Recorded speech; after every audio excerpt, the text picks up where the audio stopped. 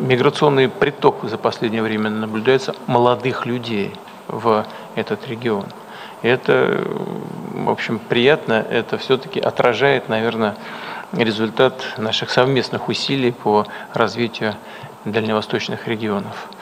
Это большой регион в целом, 40% территории Российской Федерации.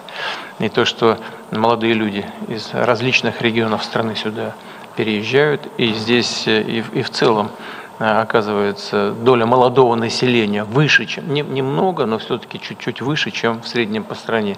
У нас где-то доля молодых людей, до 35 лет 25 с лишним процентов, а в дальневосточном регионе это 27 с лишним процентов. И это, в общем, хорошая тенденция. Говорит о том, что привлекательность региона возрастает.